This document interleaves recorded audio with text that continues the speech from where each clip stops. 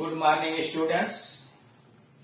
इस वीडियो के माध्यम से हम लोग आर्टिकल राइटिंग के विषय में ज्ञान प्राप्त करेंगे। आर्टिकल राइटिंग स्किल्स के अंतर्गत आता है। हाई स्कूल और इंटरमीडिएट दोनों की परीक्षाओं में, बोर्ड की परीक्षा में राइटिंग स्किल्स के अंतर्गत दो प्रकार के प्रश्न पूछे जाते हैं। एक एप्लीकेशन और लेटर और दूसरा एसे टाइप क्वेश्चन, डिस्क्रिप्टिव पैराग्राफ या रिपोर्ट राइटिंग या आर्टिकल राइटिंग। हाई स्कूल और इंटरमीडिएट में भी एक एसे देता है, निबंध, जिसे डिस्क्रिप्टिव पैराग्राफ समझ लीजिए, और आर करके रिपोर्ट राइटिंग या आर्टिकल राइटिंग के विषय में देता है। दोनों में कोई एक करना होता है। हाई स्कूल में 6 अंकों का होता है, इंटरमीडिएट में 10 अंकों का। अंकों के दृष्टिकोण से भी यह काफी महत्वपूर्ण टॉपिक है। एक अच्छा आर्टिकल लेख कैसे हम लिखेंगे, आर्टिकल होता क्या है, इसकी क्या विशेषताएं होती हैं, इसके कितने अंग हैं, इसके विषय में इसके पहले वाले वीडियो नंबर 1 और 2, पार्ट 1 और 2 में जानकारी दी जा चुकी है। उसमें विधिवत समझाया गया कि आर्टिकल क्या है,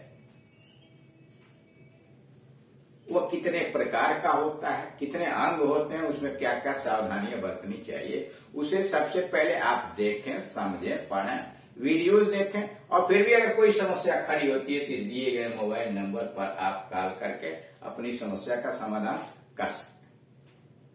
यहां ये इसका एक्सरसाइज दिया गया। आर्टिकल एक संक्षिप्त लेख होता है, एक भावपूर्ण लेख होता है जो दिए गए किसी टॉपिक के ऊपर पत्र पत्रिकाओं या समाचार पत्र में प्रकाशित करने के लिए लिखा जाता है, ताकि लोग उसे समझ सकें, उस पर अपनी अवधारणा बना सकें। या कोई कहानी हो सकता है, अनुभव के आधार पर कोई बात हो सकती है, घटना हो सकती है, दुर्घटना हो सकती है, विभिन्न तरह की बातें हो सकती हैं। किसी कहानी का, कोई मेले का वर्णन, स्थल का वर्णन, भांति भांति की चीजें हो सकती हैं। यहां एक उदाहरण पेश किया गया है। It is said that if you educate a woman, कहा तो यह जाता है कि अगर आप किसी एक स्त्री को शिक्षित करते हैं, it is said that if you educate a woman, कहा यह जाता है कि अगर आप एक स्त्री को शिक्षित करते हैं, you educate the whole family, तो आप पूरे परिवार को शिक्षित करते हैं। Write an article about the importance of women's education, स्त्री शिक्षा के विषय में एक लेख लिखिए। Write an article about the importance of women's education, स्त्री शिक्षा के ऊपर एक आर्टिकल लिखिए। इम्पोर्टेंस ऑफ वुमेन्स एजुकेशन, स्त्री शिक्षा का महत्व, importance of women's education. There is an old saying, एक प्राचीन कहावत है, पुरानी कहावत है, that if you educate a woman, अगर आप किसी एक स्त्री को शिक्षा देते हैं, you educate the whole family, तो आप पूरे परिवार को शिक्षित करते हैं। Women's education is very important, स्त्री शिक्षा बहुत महत्वपूर्ण है। फॉर एनी सोसाइटी, किसी भी समाज के लिए प्रगति करने वाले, टू प्रोग्रेस, किसी भी समाज के प्रगति के लिए स्त्री शिक्षा बहुत ही महत्वपूर्ण चीज है। इन इंडिया, भारतवर्ष में, there has been a history of partial निष्पक्ष ट्रीटमेंट, व्यवहार का टू वुमेन। भारतवर्ष में स्त्रियों के साथ निष्पक्ष रूप से व्यवहार, पक्षपातपूर्ण रवैया नहीं अपनाया जाता, मतलब निष्पक्ष व्यवहार स्त्रियों के साथ किया जाता है। Many families, बहुत सारे परिवार, इन रूरल एरियाज, ग्रामीण क्षेत्रों में बहुत सारे परिवार स्टिल डू नॉट सेंड, अभी नहीं भेजते हैं, स्टिल अब भी डू नॉट सेंड नहीं भेजते हैं चाइल्ड टू स्कूल। करा ग्रामीण अंचल के अंतर्गत, ग्रामीण क्षेत्रों के अंतर्गत बहुत सारे परिवार लड़कियों को आज भी विद्यालय में पढ़ने के लिए नहीं भेजते। देयर आर्गुमेंट इज दैट उनका तर्क यह होता है, पूछने को तर्क यह देते हैं that women's education is not required, स्त्रियों के शिक्षा की कोई जरूरत ही नहीं।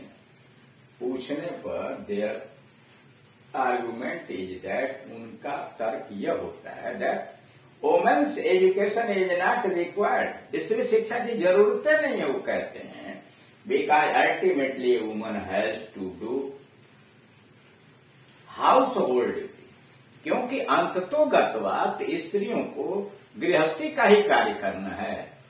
कह रहा है द आर्गुमेंट इज दैट, उनका तर्क यह होता है एजुकेशन इज नॉट रिक्वायर्ड, स्त्रियों को शिक्षा की कोई आवश्यकता नहीं है, क्योंकि ultimately woman has to do household duty, अंतोगत्वा तो एक स्त्री को गृह कार्य ही करने हैं, घरेलू कार्य ही करने हैं, इसलिए उनको शिक्षा की जरूरत नहीं होती है। यह वो ग्रामीण इलाके में कुछ परिवार के लोग तर्क देते हैं। Instead of learning in schools, विद्यालयों में अध्ययन करने के बजाय, instead of learning in schools, विद्यालयों में पढ़ने के बजाय, शी शुड लर्न, उन्हें सीख लेना चाहिए, how to do daily work at home. उनका तर्क होता है कि विद्यालय में पढ़ने के बजाय कि दैनिक कार्य, घर के दैनिक कार्य कैसे किए जाते हैं, यह सीखना चाहिए। These people should think that, इन लोगों को यह सोचना चाहिए, household works are on one hand, उनको यह जानना चाहिए कि गृहस्थी का कार्य एक तरफ है, they can not be ignore, उनकी उपेक्षा नहीं हो सकती। कारण उनको यह जान लेना चाहिए कि गृहस्थी का कार्य, घर का कार्य एक तरफ है, उनकी उपेक्षा तो नहीं हो सकती, उनको नहीं समाप्त किया जा सकता। बट एजुकेशन ब्रॉडन्स, विस्तृत बनाता है, लेकिन शिक्षा विस्तृत बनाता है द आउटलुक ऑफ एवरीवन, दृष्टिकोण, आउटलुक दृष्टिकोण, लेकिन शिक्षा तो हर व्यक्ति के दृष्टिकोण को बहुत ही विस्तृत बनाता है, यह उनको जान लेना चाहिए। एजुकेशन कल्टिवेट्स हाई वर्चुअस, शिक्षा जो है कल्टिवेट्स, सजोता है, प्रदान करता है, विकसित करता है high virtue of human being, शिक्षा से मानव प्राणी के अंतर्गत उच्च गुणों का विकास होता है। Education cultivates high virtues of human beings, शिक्षा मानव प्राणी के उच्च गुणों को विकसित करता है। एजुकेशन एनेबल्स, शिक्षा योग्य बनाता है, एनेबल योग्य बनाना, us to decide what is right and what is wrong. Education enables us, शिक्षा हमें योग्य बनाता है, सक्षम बनाता है, टू डिसाइड, यह निश्चय करने के लिए, व्हाट इज राइट, क्या सही है, व्हाट इज रॉन्ग, क्या गलत है। इट आल्सो गेट्स अस, शिक्षा हमें प्रदान करता है क्या, ए अपॉर्चुनिटी, अवसर, टू सर्व आवर कंट्री, अपने देश की सेवा करना। It also gives us the opportunity to serve our country, शिक्षा हमें अपने देश की सेवा करने का अवसर भी देता है। Our women should not be divided, हमारे यहाँ स्त्रियों को वंचित नहीं होना चाहिए। Our women should not be divided, हमारी स्त्रियों को वंचित नहीं होना चाहिए of the right of education, हमारे यहाँ स्त्रियों को शिक्षा के अधिकार से वंचित नहीं होना चाहिए। An educated mother can always bring positive influence. An educated mother, एक शिक्षित माँ, एन एजुकेटेड मदर, एक शिक्षित माँ, can always bring positive influence, सकारात्मक प्रभाव डालती है। An educated mother can always bring positive influence, एक शिक्षित माँ सदैव सकारात्मक प्रभाव डालती है ऑन हर चाइल्ड, अपने बच्चे के ऊपर। Because during their early years, क्योंकि अपने प्रारंभिक दिनों के अंतर्गत दौरान because during their early years, अपने प्रारंभिक दिनों वर्षों के दौरान children are more close to their mother, बच्चे तो अपने माँ के पास से ही ज्यादा रहते हैं, सन्निकट रहते हैं।